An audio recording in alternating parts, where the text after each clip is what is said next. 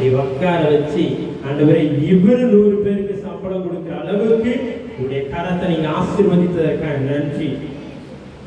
எல்லா கடன்களை கேன்சல் பண்றேன், எல்லா வட்டி முதலமா நான் திரும்ப எடுக்கிறேன். இதுக்கப்புறம் எந்த வட்டி இவங்க வாழ்க்கையில ஆசீர்வாதத்தின் வட்டி மட்டுமே இவங்க வாழ்க்கையில கிரியை செய்யட்டும். ஆசீர்வாதம் மட்டும் குட்டி மேல குட்டி போடத்துல பெருக்கி கொடுங்கப்பா. இந்த குடும்பத்துக்கு நீங்க பெருக்கி கொடுங்க. ஆதியாகமத்துல சொன்ன அதே ஆசீர்வாதம் தான் இவங்க பழுகி பெருகி பூமியை நிரப்பி இந்த பகுதியை ஆண்டு கொள்ளட்டும். என்ன சர்ச்சுக்கெல்லாம் இடம் கொடுத்துட்டேன், அதுக்கப்புறம் என்னோட பேசாத, என் கூட எல்லாம் சகவாசம் வச்சுக்காத, எங்க அப்பா எல்லாம் அவங்க கூட பேசவே கூடாதுன்றாங்க, அந்த பக்கமே போகக்கூடாதுன்றாங்க, உன் நம்பரையும் நான் டெலிட் பண்ணிட்டேன்.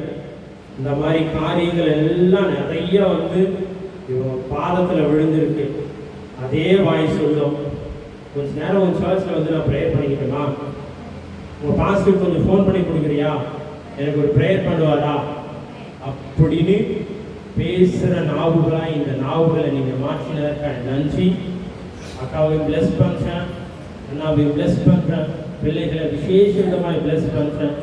தேவனுடைய கரம், தேவனுடைய பிரசனம் இவங்களை ஆளுகை செய்ததற்கான நன்றி. ஒரு எஸ்தர் ராஜாத்தியா நீங்க உயர்த்தினதற்கான நன்றி.